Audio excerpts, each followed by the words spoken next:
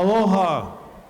Aloha, everyone. We're going to get started with this panel, which is we're going to have a chance to talk about what do we do about the situation that we find ourselves in. I mean, the past day and a half, we've been talking about how imperialism and colonialization has affected Hawaii, infected all of us. And this afternoon, we're going to take the opportunity to talk about what some people are doing about overcoming that, about, in a sense, going back to the future and building the kind of Hawaii that recognizes who we are, where we are, and on what planet we are even.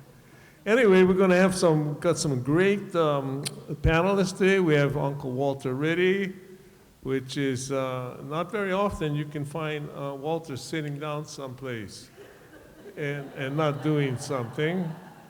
We will have, following Walter, we will have Kevin Chang, who actually this morning had a chance to talk about what he felt was going on in Hawaii.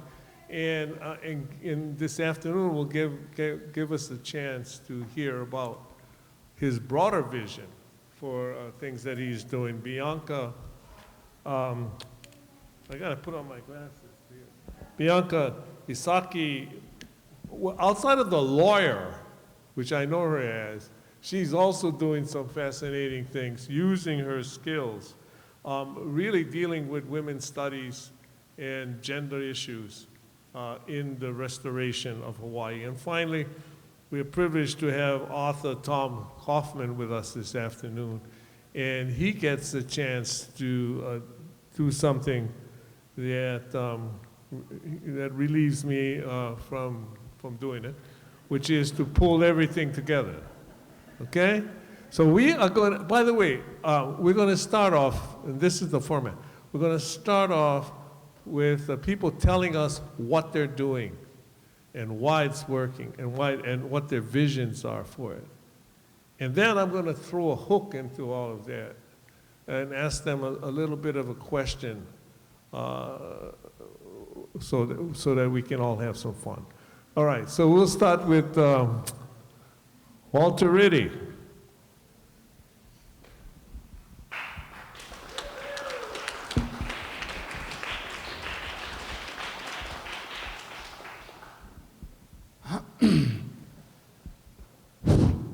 Let's see, I was at someplace on Maui, and we were talking about the seals, the monk seals. So to start the event, each of us that was sitting like this was supposed to describe what was your concern with one word. And everybody had to pick one word. Describe you and what you're doing with one word. And I sat there and I had a hard time figuring out one word. But then the word that came out of my mouth was survival. Survival. So I think that's what I want to talk about. Whatever the paper said, that's nice. But I want to talk about survival. On the island, and I want to talk about the island of Molokai, because I don't know how many people have been to Molokai. We're not that anxious to have a lot of people on Molokai. But we want to survive. So I've been really spending most of my elder days on Molokai, putting some young people together to figure out how we're going to survive on Molokai. And the first word that came to my mind was the word ahupua'a. That's a really, really important concept that the Hawaiians had that allowed Hawaiians on all of the islands to survive. Today, we're doing the exact opposite with our lands. So The ahupua'a is there's a very beautiful poster in, well, 15 years ago or so that was made showing the ahupua'a, and everybody's going, oh, beautiful, beautiful. But then when DLNR manages our resources, there's this whole mountainside on Molokai, and they put a fence line to protect the forest. And the fence line goes from one side of the island to the other side of the island. And then when you go down in the ocean, and we're trying to do fish ponds, the federal government came in and said, hey, these are navigable waters. They come under our jurisdiction because during high tide, you cannot see the top of the walls. And then DLNR came and said, hey, these are historic sites. They're 100, 800-year-old historic sites. You cannot touch historic sites. And then the federal government came and said, hey, these are wetlands. You cannot be fooling around in front of these fish ponds. They're wetlands. And all we're trying to do was survive the way our ancestors survived. But somebody came and rearranged the whole system. So that's the battle that we're having on the island of Molokai. So we try not to pay attention to the government. We were really lucky on our efforts for the fish ponds. This governor came in, his name was Waiheʻe. And he came to visit the fish ponds. And he assigned the head guy from DLNR, you guys go make one study and tell everybody what these fish ponds is about. And until today, this gentleman right here now is sort of responsible for implementing some of that stuff because he's organizing statewide the efforts of fish ponds. So it starts from that end with an old governor and then a young man and us middle guys trying to figure out how we're going to survive. So I don't know where I'm going with this story, but it's going to be interesting because I'm going to be pushing the island of Molokai to everybody, not because we want you to visit, but because if you understand where the Hawaiians, this island, the population of this island is predominantly Hawaiians. It's the only island where the Hawaiians outnumber the non-Hawaiians. So it's an interesting place because the rest of the world is trying to figure out how to survive. The ice caps are melting, the waters of the oceans, the temperature is going up, the houses are falling down on the shoreline. I mean, things are not going well. So my contention is that maybe we have something on Molokai that in the long run can help the whole world. In the short run, we need to try and pitch ourselves to the rest of the islands on Molokai and the governments and everybody else that runs this place, that we are doing interesting things in order to survive, and that we're really working very hard to do that, and it's dependent upon laws and ways of the traditional Hawaiian people. We're not looking to fancy, intelligent machines that are going to take all our jobs. We're looking at our kupuna and how they were able to survive for hundreds and hundreds and hundreds of years. So that's the reason I'm here today, really, is to let you guys know that there's some good things happening on Molokai, and we're going to need some help. And I think we have answers for the state and for the rest of the world. Thank you.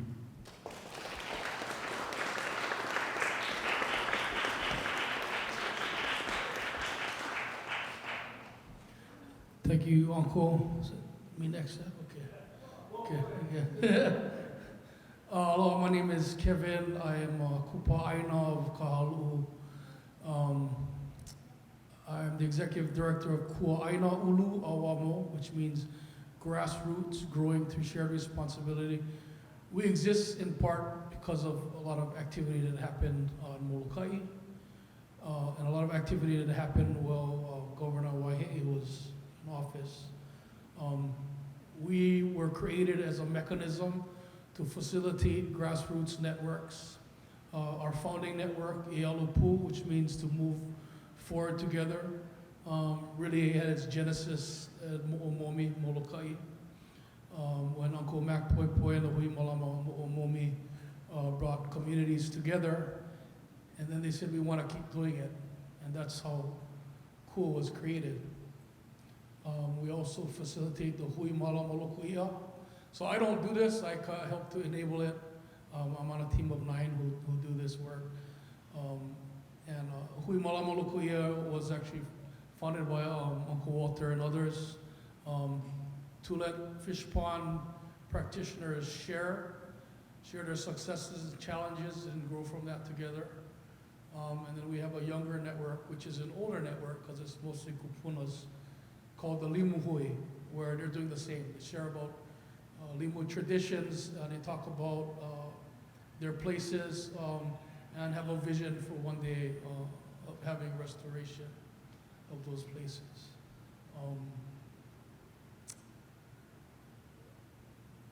And I think at the core, like, actually I saw the title of this panel was Restoration and Decolonization. Yeah. So I'd say that most of our folks are engaged in some form of restoration, whether it's through education and cultural revitalization, or they're actually rebuilding walls, bringing back native plants, doing lo'i, managing their fisheries. But there's a vision beyond restoration that we still are trying to have discussions about, and that's maintenance. Maintenance is boring as hell, but that's what you gotta do for the rest of your life. Most of us is just maintaining. And you can claim the place and then restore it, but you still need people to stick around and keep that going, yeah? And so there's a vision that goes beyond the immediate, you know, beyond the protest, beyond the policy, but it's like the culture and the people who are employed to do that work. You know, just as an example, and this came out of, I think, under Governor Waiheʻe's administration, through Uncle Mac, there's a law that says communities can co-manage their fisheries in partnership with the government. And it's the only law that says that Hawaiian communities can create management laws based on the cultural practices of that place. And if you looked at, like, I realized when I started this work that they were trying to, first they wanted to claim their place, restore it, but they had a vision that their young people, the young people who are part of it, would one day be actually employed to take care of that place. And that's one example is in Hawaiʻi. Today, Hawaiʻi employs, I think, around 20 people now for their community. 3 years ago, they were struggling, you know, but they have visions that are broader than just stopping something, bringing something back, but it's taking that broader step so that our kids can stay over there. Thank you.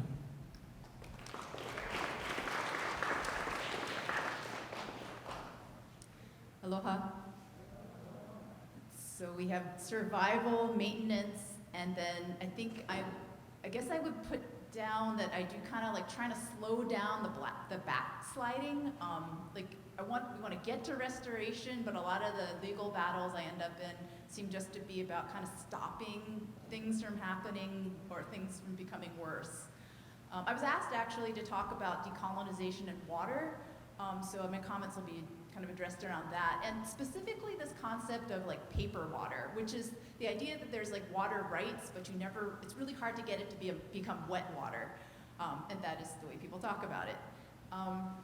Like for instance, like I'm thinking about like, you know, like there's all these kalo farmers demanded all this really good constitutional language, and it got it in 1978, but then like today you still have kalo farmers in Waiheʻe they have to file complaints about not having enough water, and like Wailuku people have brown lawns, while all of that water is going down a pipe to luxury resorts in South Maui. I mean, how does that happen under the law? And I think maybe it's not an original term, I think it is though, but like Julian Guåhan was talking about lawfare, and yeah, the laws are written this way. And they're written this way, I think, in two ways. Both because like, all of it, like there's laws that protect things, but if you struggle, it requires so much work just from regular people to do anything. And just another example quickly is like Ka'ula Valley, where I do a bit of work for Kuleana families there. The laws are on the books since like the mid-19th century that protected water, and then 1895, you get this really great Supreme Court opinion that says specifically in this valley how you protect the water, and so that everyone gets to share it, and like it can't just be monopolized by the plantation. But of course, that's 1895. The Kanaka Maoli population declines due to colonialism, and people you hear all these awful stories, like people getting they didn't have Hansen's disease, but they were hauled off to Kalapapa. They were displaced, or they're drafted into wars by unknown people, or their names were leaked by unknown people to get people off the land. So there's not people on the land. There wasn't people there to struggle. Pioneer Mill starts tunneling up into the upper level water dikes, and and I'll just mention that materially changes the resilience that streams will have. So when you tunnel in the upper level, you get more water for sure immediately, but then you don't have enough, there's reduced dry weather flow, so that's a problem. But anyway, it's not until the early 2000s when Kuleana families they organized against diversion of water. This time, after the Pioneer Mill had shut down, it was now against other corporations under Peter Martin, and he was trying to take the water for luxury subdivisions, got some, but I mean, these fights for water, they go on and on.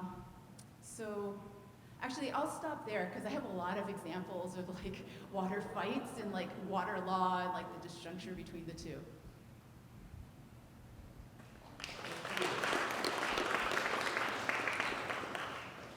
One reason that Bianca has so many examples is that she just co-authored a book on the subject, which is West Maui Water Law, and it's titled Water and Power, which is a takeoff on George Cooper's influential book, Land and Power. And I think it's so valuable that she took that phrase and bent it over to that one thing that's universal, because it always, it all runs downhill from in the Ahupua'a, or runs down subject to gravity. And I just want to say how thrilled I am to have this panel here.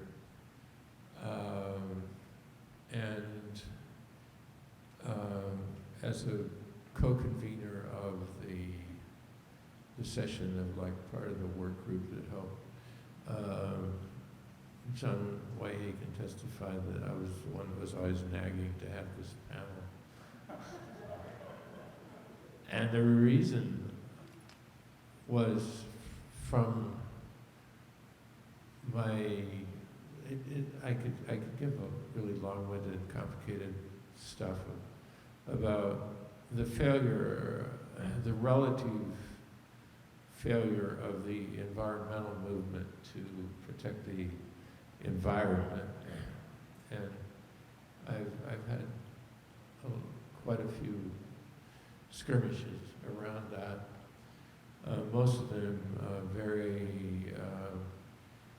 crushingly disappointing. But I'm not advocating that we trash the environmental movement or abandon it, but that we rededicate ourselves, and that part of this rededication is to genuinely do what was has been talked about in the abstract so much is to really make alliance with the Hawaiian movement. And, you know, like, Bianca's a symbol of that as well. You were Kahea, you were the staff person for Kahea, or you figure, John Osorio is the president of Kahea. Kahea, for those of you who don't know, is like the Hawaiian environmental organization. And Kahea means call, you know, come out, do, protect.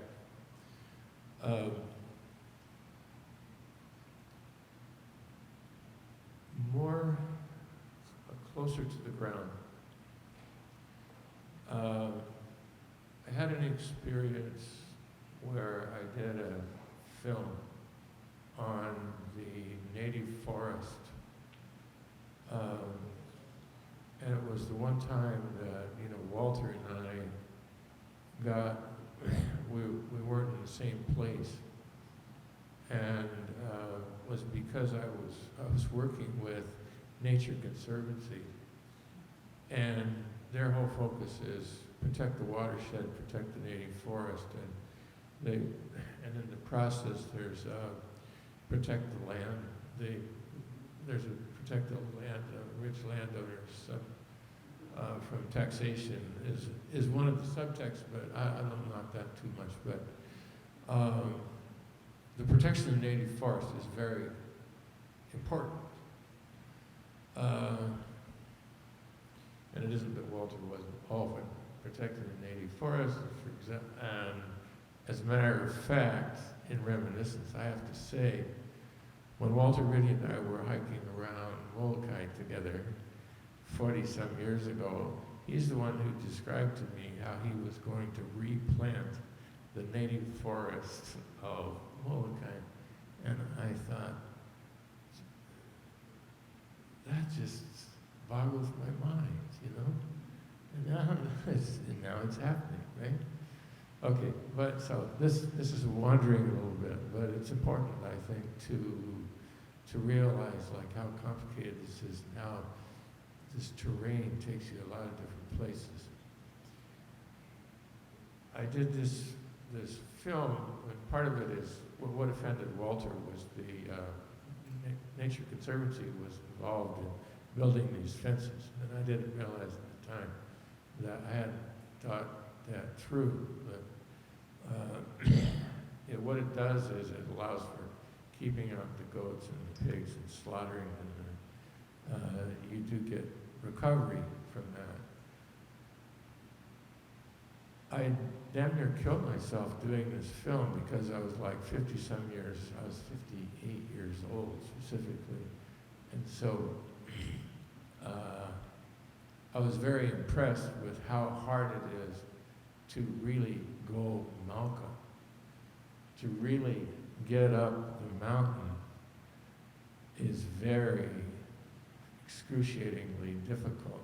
If you're going to hike in, or you're going to go in on a jeep trail, or even go in with the army on a helicopter, which happens over above Makua Valley, and how very few people really have ever seen a native forest. So if you set a percentage of people, it's probably 1%, I don't know, I think 2%, whatever it is. It's very hard to get, you can't get people involved with restoration of native forest in a democratic way. So the whole thing is top down because it's very costly. It's very technology intensive and so on. So I stepped back from that experience 20-some years ago, maybe almost 30 years ago. But I started looking at, because I was watching Walter ever since he's been starting this fish pond, and Walter's been working on this thing longer you can imagine, dealing kind of like stone by stone with how you even go about doing this. For example, how you go about moving a stone that weighs several tons. You know, that's a pretty exciting proposition. There's a drama in that one stone, right? But, you know, there's enormous fish pond in Keawanui, which is like, I think of as the pico of this whole thing. And I could see how many people Walter, whenever I was by there, how many people Walter had out moving these stones. And I subsequently went around to like different places on Heiʻea, for example, on Oahu, and Kahana, for example, on Oahu. And there are places in on the southeast Oahu even, they're doing renewal. How many people they are being mobilized to do this work? Or if you think of something simpler, the young people who have like beach cleanup, and they say this is beach cleanup day, they get hundreds and hundreds of people out to clean the beach. Kevin goes all around the Hawaiian Islands and works with these communities to give meaning to this law in a very tedious way, but it's involving more thousands and thousands of people. And then all of this energy generates from the shoreline or the near shore, and then the energy starts to travel inland because people really understand what the urgency of environmental protection, environmental renewal. To have clean water, you have to have stream flow. To have stream flow, you have to, first of all, you clean up the stream. Secondly, you may have to go see Bianca to fight for your rights with the Water Commission. It's a little more complicated, but to clean up the stream, to replant the stream bank, I read Walter's postings in his website for his movement. What are they doing now? Walter didn't tell you. He's 79 years old. He's up above the streams, cleaning up, cutting lantana. Think about cutting lantana. Is anybody, if you've ever cut lantana, you know what an awful plant it is and the way it's going to poke you. And how tenacious it is in the root system and so on. They're clearing lantana and replanting native plants as they improve the stream bank as they go up the mountain. And they've also moved from their original Magupa that feeds the Keawanui fish pond to the neighboring one, right? So you're now working in two. And I believe that we must drastically regroup. And if we regroup, this revolution has to occur from the grassroots up. And this is one of the most vital ways of getting into those grassroots, because he's not going to come from the top down. Thank you.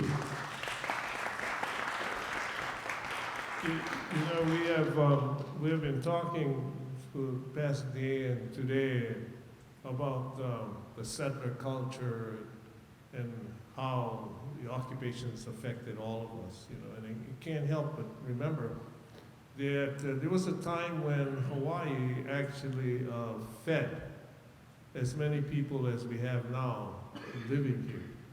And we took care of everything. And yet today, if you would even suggest that we don't need Whole Foods, you would get an argument. You know, the point is that as much as we love revolution, we seem to also get very comfortable with the settler culture. You know, so the point is, you know, how do we change that? You know, even when we want to do good, we get settlerish.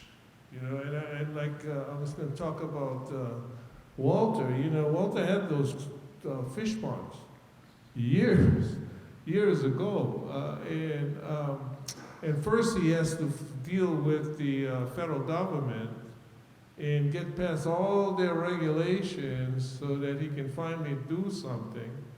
And when he finally gets to the point where he has satisfied the Army Corps of Engineers, which, by the way, did a lot of stupid things in Hawaii, not because they were intending to do it, but just because they're stuck in it, you know?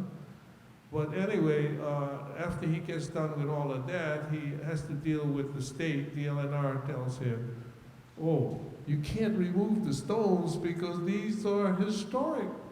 Hawaiians put them there. You know, so we want to do something good.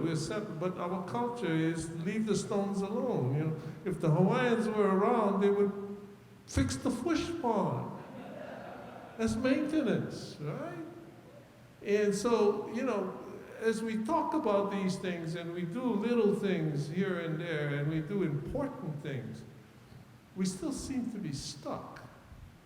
Now, and I know that when we had one of these discussions, people were asking, what is your vision for 100 years from now, right? And I was thinking about that.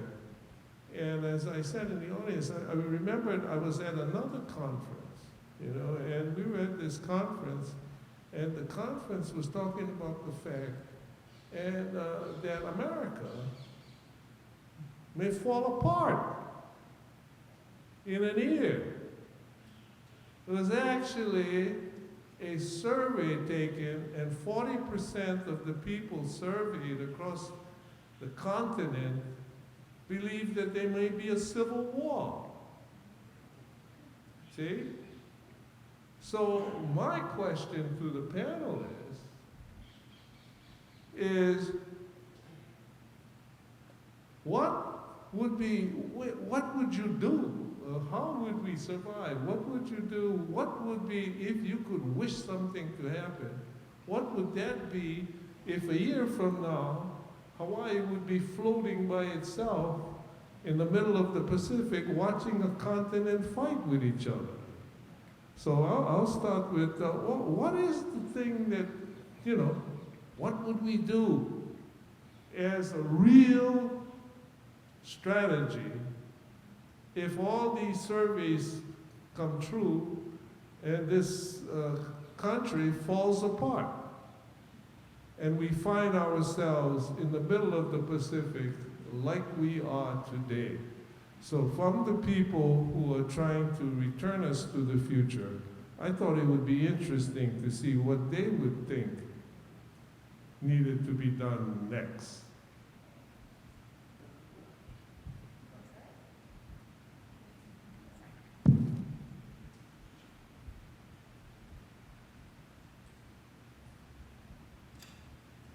We doing them already. So, the problem is Molokai aina momona. That's really important. That's the saying that described our island of Molokai traditionally. It means Molokai, the fat land. So that would be good if we said Hawaii, all of the islands, aina momona. How did the Hawaiians do what you said, feed million people without any imports? They did it. So we cannot be blind and say, oh, we just go look to the continental answers. We need some traditional answers. We need to understand that the traditional people understood how to live on islands in the Pacific nation, in the Pacific Ocean. So for me, is we're doing it already. The key to the survival of the Hawaiians was the ahupua'a. Each ahupua'a, if you consider the ahupua'a as little strands, and all of the ahupua'a becomes a rope, a string. So each island will be strong. Each ahupua'a will be independent. To be independent survival, you need to be access from the mountains down to the shoreline and out into the sea. The problems we have today, they put fences along to protect the mountain plants. They put the SMA along the shoreline where you cannot build anything in the SMA without going through a bunch of people that they don't even come meetings anymore. And then you have the federal government saying this is wetlands. So they're dividing the ahupua'a up, and each one it doesn't link up and is not independently survivable. So on Molokai, what we're doing is we're breaking all of the SMA laws. We're building stuff's mauka without pertaining to the Army Corps of Engineers or anybody else. We're surviving. And that's the message that I'm trying to get across, is that we know how to survive because we're looking back traditionally.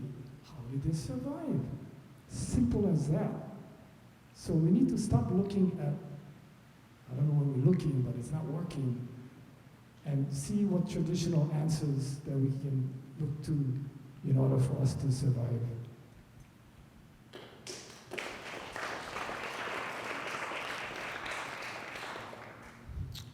Just building off of Uncle, I think we start now preparing our children for greater governance, greater activity in governance, the deeper culture rooted in self-governance.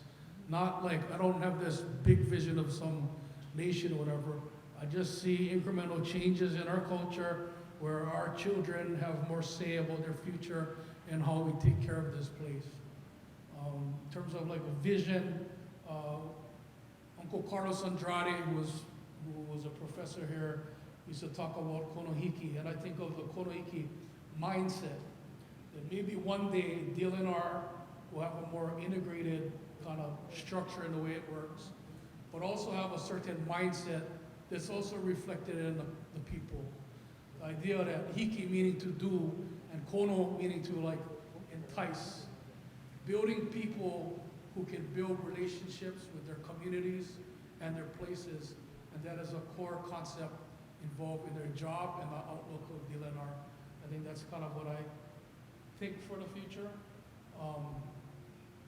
Konohiki mindset, but also like the resources to do that. Like I was looking at I think the state tourism puts out like 18 billion a year at least, and we fund the DLNR less than like just about 1% of that, you know. And Uncle Mac, one of our founders, likes to talk about anytime you take something from the environment, you leave a puka. So what is the kind of puka you're leaving behind if you're only filling it 1%? Thank you.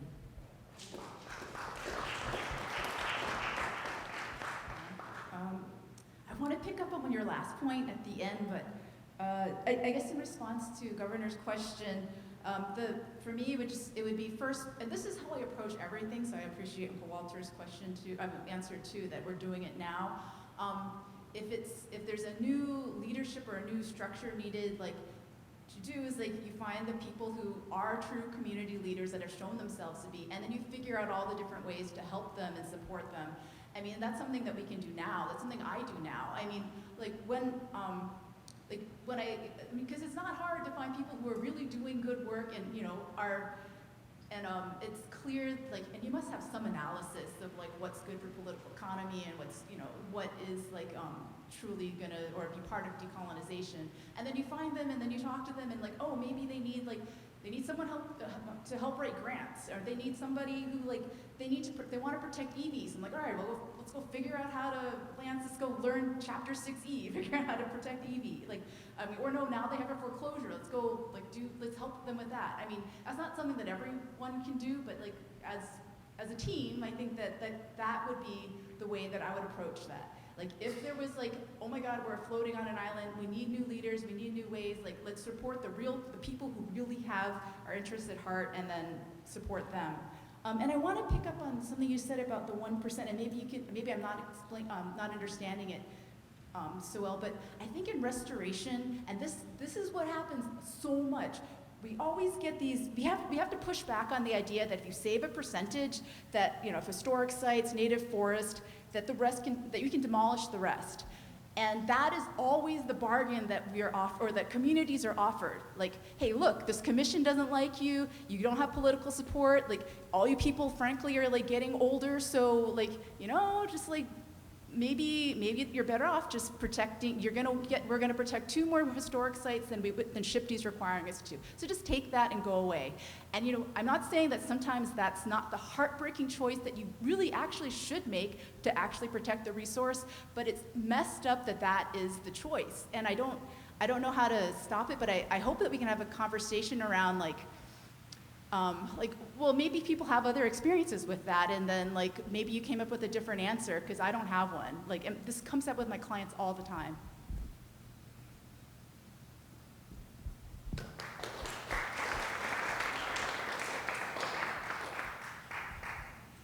When John asked that question, I sat here dumbstruck. And then I felt a little panic, what do I say? What do I say? I don't have anything to say. And then I calmed down a little, and I realized, if you really think about it, there's a really, really important provocation in this question that is also not so totally far-fetched. So, let us think about it. I think that if there were a civil war in the United States continent, it would precipitate an enormous clash within Hawaii that would, in many ways, parallel the Civil War. And I think we could probably escape it without massive violence or without lining up on different sides with guns and so on. So I'm not suggesting that, but I'm suggesting that there will be a tremendous political clash, and it basically would require those who have the insight and the passion and some experience dedicated to survival would have to come to the fore, and the status quo in Hawaii would have to be completely overturned. And so what I mean by that is basically we would have to acknowledge that Hawaii is being dominated, not completely run by, but dominated by a collection of interests that revolve around development, construction, money, finance, realty, speculation in value, et cetera, et cetera. That is the dominant force in Hawaii. And it would have to be overturned by those who understand, something about the value of community, sharing, caring, maintaining, cetera, at the grassroots, so that the natural environment could thrive and production based on nature could flourish. And so what I think the question reveals for me most starkly is the maldistribution of power today and the way in which the things that the people on this panel are working on are so crucial because they're nurturing the alternative. Okay. Absolutely, thank you. Thank you. I think that when we deal with this, with the subject of the colonization, occupation of Hawaii, sometimes we focus too much on the political, which is important, very important. But I don't know, in my mind, ea wai, ea aina, momona aina is, we don't focus enough on the need for independence in food, in water, and in life. You know, people going around talking about all our young people leaving Hawaii and how hard it is to live here and how expensive it is. And so I'm going to put a plug in. This is my little commercial, okay? So how expensive it is to live in Hawaii and how we need affordable housing and how we need this and we need that. And yet we do the same thing we did yesterday to solve that problem. You know, we do it over and over again. And even when we try to solve the problem more efficiently, we mess it up. I mean, Kaka'ako was built by taxpayers' dollars. It was supposed to be a place for cheap workforce housing for young couples. But, you know, we're going to have an emergency proclamation and we're going to do it all over again. So maybe one time we ought to really shoot for Eha. And we ought to make Molokai its own county. You know, why the hell do we need every county to insist that they have to have sidewalks, to insist that they all look like Oahu? So, you know, so I'm planting, that was my contribution since I have the mic. So I'm going to give that back.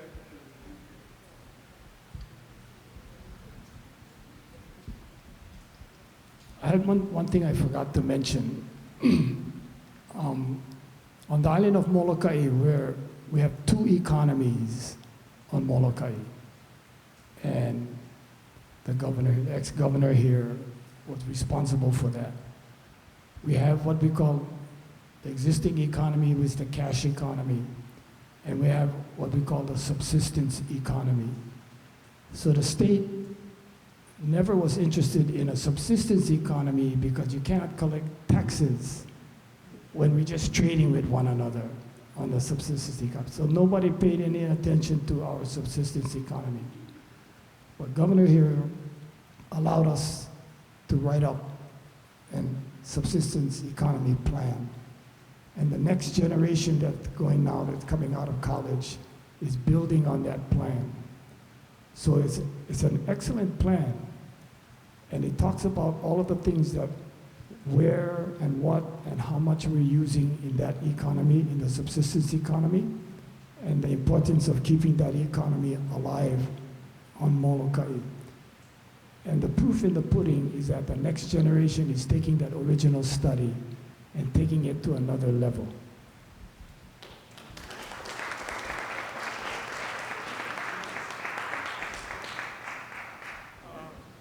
Is there anything for the audience? I'm just taking advantage of the fact that it's raining and nobody else can come in here and tell us to stop. So. There's a person back there. Aloha, Susan Gorman-Chang. What do you think is keeping us, Oahu, I know Molokai is doing a great job, but what is keeping Oahu from having more of our own produce? Do we have enough land to farm, and are we not supporting our farmers? What is keeping us so dependent on everything being shipped in? We could grow things here.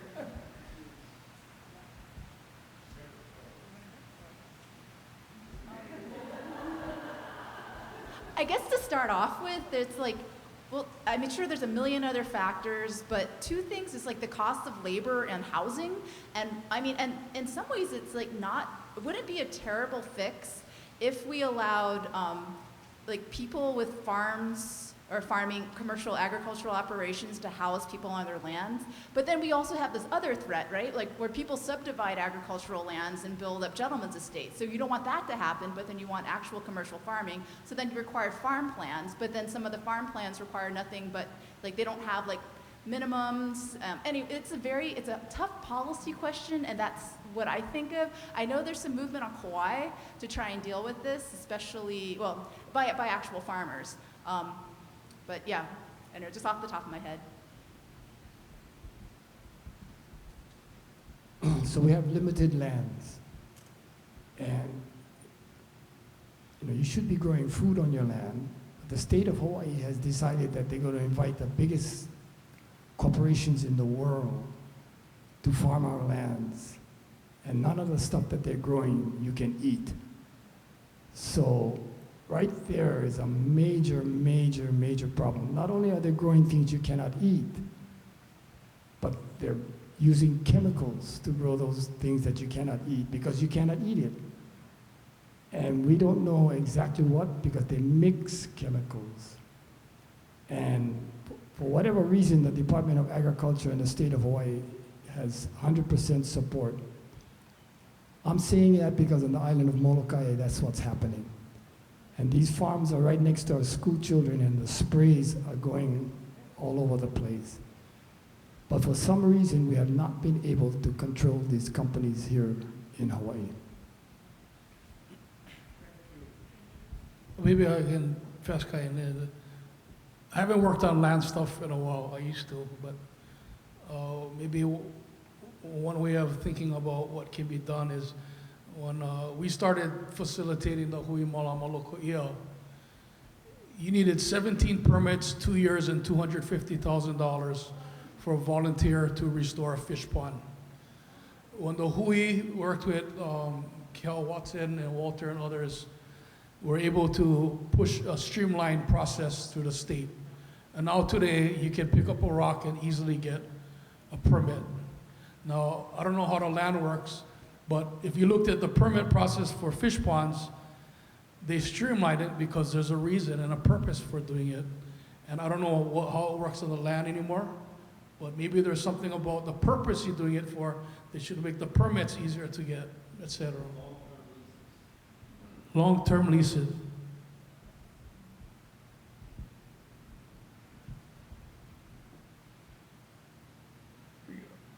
Go ahead. And keep it to Hawaii, not so international this time. Well, aloha. Aloha. Would you believe someone in one of the sessions said that in order to have restoration, you must do 3 things. I wanted to pass those 3 things on. Unfortunately, I don't know who said it, and I forgot what those 3 things are. But in the meantime, in July 31st, 1843, in coordination with the attack and usurpation of power by an admiral from Great Britain, King Kauikeoli Kamehameha III initiated our motto, Ua Mauke Ea Oka Aine Kapono. My question is, in terms of decolonization and restoration, and I think one of our representatives said we need a new approach. Do you think it's possible, and how can we apply that inspirational principle of King Kamehameha III today in the restoration decolonization? Yes, we can apply it, and we should. And unless you guys want to answer this, okay. No, yes, we can and we should, and you know, we're here to help facilitate that happening. But anyway, anybody else got a question? Because I am actually half an hour over time, but we are enjoying this. If not, give them, man. Let's go for it. You know, come on, Walter. Molokai is the example for the rest of the state, and we should follow it. It would be wonderful to see our communities built like Apua'as again, with people knowing where they live. For me personally, I'm going to do a little editorial. For me personally, every time I hear people comparing old Hawaii to the Western feudalism, it irritates me. Because our system was never really feudal. It might have looked like it. But what it was the meritocracy. What it was understanding what obligations we have to our Aina so that you can feed us. You know, Aloha Aina means Aina Aloha, which means life. And that's where we're heading. And I want to thank these people for demonstrating that it can be done, even today in Hawaii. Aloha, thank you everybody.